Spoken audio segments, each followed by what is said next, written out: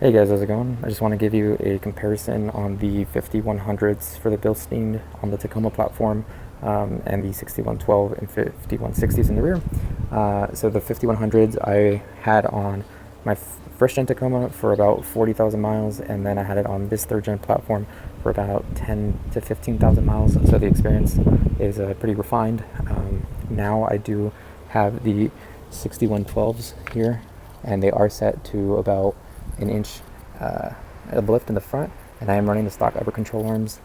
I have the Method NV305s with the BFG trail terrains, and in the rear, like I said, I have the 5160s, and then in the rear I have them on an Icon add-a-leaf system, which gives me 1.5 inches of lift.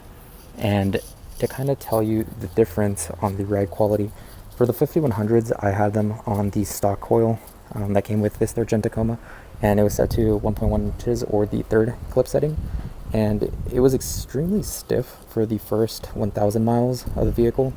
And I was coming from the Fox 2.0 platform, and the Fox 2.0s were really soft and comfortable on medium to moderate speeds, so like 40 miles per hour and below. However, for whatever reason, I was driving on the freeway, and I don't know if it was the length of the Icon add-a-leaf in the rear, but the ride quality was extremely jarring, and just terrible. So after about 1,000-ish miles or so, the 5100s did settle and became significantly softer, which was super comfortable. They were still a little stiffer on the lower end, right? But as you would go faster at like highway speeds, the ride was really, really comfortable.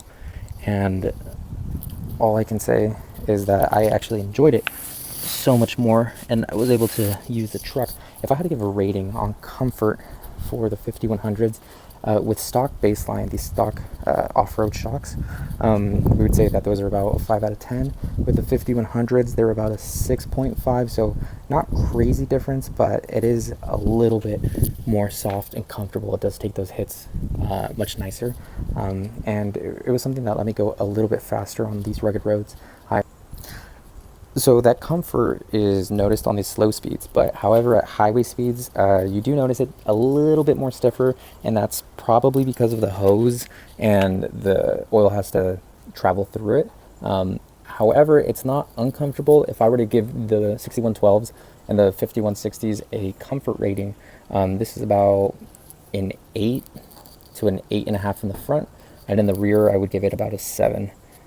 So it's just slightly more comfortable than the 5100s. It edges it out and uses that wheel travel much better. But again, the 6112s, I have it set right now on the 1 inch setting, and I've had no issues with alignment. The reason I chose 1 inch is because I avoid the needle bearing on the driver's side going out and causing vibrations. My CV angles are good, so I felt like that was the best one. The tires I currently have are size 265 70 16, so I kept stock, so I didn't have to worry about the odometer. However, I will be sizing up to 265 75 16, just because these do look a wee bit smaller than I would like. But truck ride's awesome, ride's amazing. Again, the Fox 2.0s were good, but I had issues with the rears because I had the Icon add-a-leaf, and I don't think the travels were correct, but I'm sure if I were to redo it, I would get the correct travels. I do have a pair of the 2.0s in the rear that are the correct size, but I'm going to send them off to AccuTune to get revalved before I change them in the rear and kind of see how that is. But yeah, overall though, I would definitely get the 6112s, 5160s over the 5100s. If you have a quick fix or need something like that, 5100s aren't bad, but you definitely get way more bang for your buck on these bad boys.